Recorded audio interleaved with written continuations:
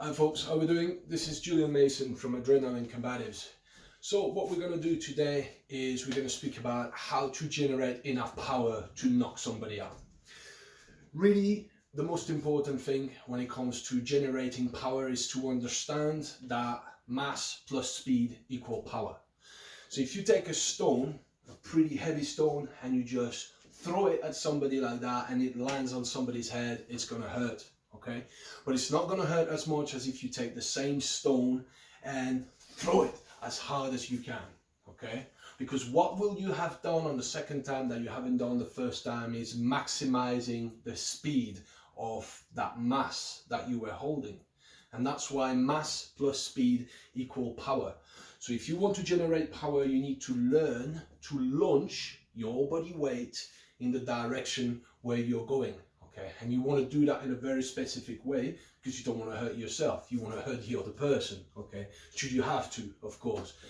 It's always a last resort thing. Yeah, but what we're going to speak about is, first of all, we're going to speak about how to develop a right kinetic chain. Okay, you need to understand first that the power comes from the floor. Okay, we live on a planet where gravity is pretty strong. Okay, if I jump, I'm gonna fall straight back on the ground because the gravity is pulling me back to the floor. Okay, so what I want to do if I want to generate power is to understand that gravity comes from the ground. If I'm here and I use, for example, if I was going to throw a direct, okay, a nice cross here, if I was going to throw this, I'm gonna have to start from the floor. So the energy comes from the floor and would be shooting through my leg. As I push on my back foot, the energy would shoot through my leg and stay where my hip is. Okay, now how would I continue the kinetic chain from there? I would have to rotate my hip, okay, in order for the energy that was stuck here to travel even higher. Okay, so a little recap. Okay, I'm here from an ideal position, okay, and I shoot through that leg and I twist my hip. So it's two components of the kinetic chain. Push on my leg, twist my hip. Okay, how do I continue the kinetic chain from there? I'm gonna have to extend my punch. Okay, so it's a third component of the kinetic chain. I push on my back leg, rotate my hip, boom, extend here and come back. Okay, so that's for a simple punch. Okay, now for the sake of showing it to you on the board, okay, if I'm here and I was to throw a palm strike, which is basically exactly the same body mechanics except that it's a different drill bit, so I'm not using a fist but I'm using a palm. Okay, now I'm not going to get into the why I'm using a palm strike. I'll just say that it's easier to throw a palm strike because there's less risk to break your hand should he move his head, and you don't want to end up striking on the top of the head or the mouth because you don't want his teeth to stay stuck to your knuckles. I've seen people in Eastern Europe with bad scars all over the knuckles because they hit people in the mouth, so you don't want to do that. Okay, so think about it, it's all a mixture of the correct application of the body mechanics in order to create a strong, solid kinetic chain, and accuracy as well, because you want to know what you're striking. Okay, so if I'm here and I'm there and I'm throwing my palm strike, which is a knockout shot because I've got the correct application of body mechanics. So if I do it a few times to show you, I'm here, there, I'm here, there, okay, I'm here, I'm there. Yeah, so what makes this shot a knockout shot? Well, first thing first is what we just spoke about. I have the correct application of body mechanics reflecting a strong and solid kinetic chain. So I'm here. The second thing that I'm doing here, and that will multiply my power, is I'm using a falling step, or a drop step if you want to call it that way. A drop step is a step that allows me to transfer my body weight from the back foot to the front foot and having my body weight falling forward as I'm throwing the shot. Okay, what I want to do is I want to connect with the target before that front foot touches the floor. You know the principle, it's like a bridge. Okay, If I'm here, whoop, boom, and I'm falling on my front foot. If I transfer that weight from the back foot to the front foot, I want to land here before my foot touches the floor, so that I use the drop step in the best way possible. So if I'm here, yeah, that's what I'm using here. So I'm also using footwork. Okay, remember, footwork is your delivery system as much as your mobility system. Okay, mobility system means that your footwork allows you to move different ways, different angles, okay, different directions, and it's also your delivery system, which means that this is how you deliver your strike. No matter if it's a jab, or if it's a thumb strike, or if it's an elbow, or it doesn't matter what it is, okay? You always use some footwork to move from point A to point B, okay? So if I'm showing you that again, I'm here. If I do it without the falling step, just correct application of body mechanics, I got that, okay? Now if I use a falling step and pushing with my footwork forward, so using a push shuffle, what we call a push shuffle, then I'm here, and I got that. You see how much I'm making move back, because now I've got all my body weight going through him in the direction where I'm striking. So I'm here, I'm here. This is a knockout shot, okay? Now, another very important thing is you don't want to be telegraphic, okay? So you don't want to pull out before you do this, because that's telling him what you're going to do. You should be able to go, and throw your shot from here and knock people out from here. Remember, last resort, okay? Don't go out and knock people out. You do that if you have no other choice, okay? If your life is in danger, you feel that your life is in danger, your loved ones are in danger, now you need to do something, okay? Remember, game plan, okay? Situational awareness, have good observational skills so that you can spot pre-threat indicators, and completely avoid. The best self-protection is see it first and don't be there, yeah?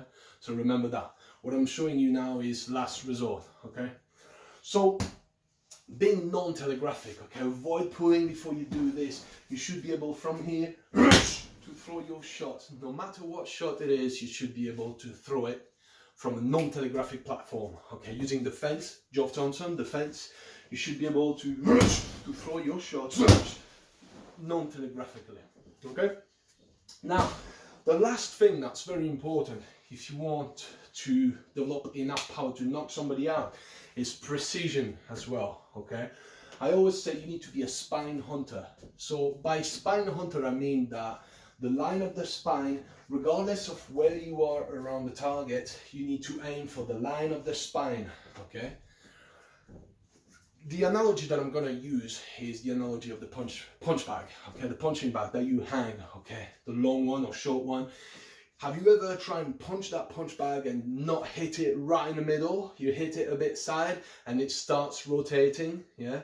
And then you try and hit it there and it starts rotating the other way, and then you have to kind of stop the punch bag from turning and rotating. That's because you didn't aim for the center line, okay? And by the center line, when we look at a human being, this is the line of the spine. That's what I said to you, you need to be a spine hunter. If the line of the spine is here and I want to knock him out, I want to go for the line of the spine, okay? Because if I don't, what's going to happen is I'm going to slip that way or up that way, yeah? If I'm going through the line of the spine, look what's happening. I'm making him move back because I'm aiming for the line of the spine. If I'm not aiming for the line of the spine, that's what's going to happen. And I risk losing my balance and getting caught. He's good, he's going to catch me, okay? So think about all these things, okay? If we go back to being non-telegraphic, there's a lot of different ways that you can avoid being telegraphic. Avoid micro movement, micro facial expression, micro noise before you're about to hit. Think about all these things, because if he's good, he's gonna fucking see it. So that's for that, okay? Now, I don't want to focus on one technique only. I want to focus on the actual principle, okay? I want to give you a concept that you can take home and that you can use for any strike. It doesn't matter what you do. Whether you're here, you're using an elbow, or you're using even the head and an elbow, or you're using a knee. It doesn't really matter what you use. You want to be able to throw it in an explosive manner in order to generate power, okay? So how do how do you create explosiveness? Yeah. Well, the secret to explosiveness is to be relaxed. Okay, is to be completely relaxed before you strike. Because if you're tense before you strike, first of all, you're going to be telegraphic. You're going to be telegraphing your intent, and you're going to tell the other one what you're about to do. And you're not going to use the fibers, your fibers properly. If you want your fibers to go from 0, I use the analogy of a car, okay? You want the Ferrari to go from 0 to 200 miles an hour in a fraction of a second, okay? You want to be able to press the accelerator and the car to go from 0 to like that. And that's exactly the same thing you're going to do when you strike, okay? So be really relaxed, okay? Trying to strike from a fence. Like, listen, mate, what do you mean? Can we just talk about it? And then you got this knockout shot, okay? So it doesn't matter what technique you use. If you use all this, what I spoke about, okay? Correct application of body mechanics in order to reflect a solid kinetic chain, okay? Drop step, don't be telegraphic, hunt the spine, okay? And be explosive. It doesn't matter, you could be here, big slap, that's a knockout, okay? What did I do? I used exactly what I just said. I understand the power coming from the floor, as I push there, rotate my head, boom here, and the falling step, let me move that way to 𝗃𝗵𝗲𝗯𝘁𝗶𝗃𝗄𝗯, okay? Now, another thing that you can do, once you're good, okay, because in most martial art, people train to throw strikes from an ideal position. So they have ideal foot positioning, ideal position, and now they can throw their shot ideally, okay? But life is not ideal, okay?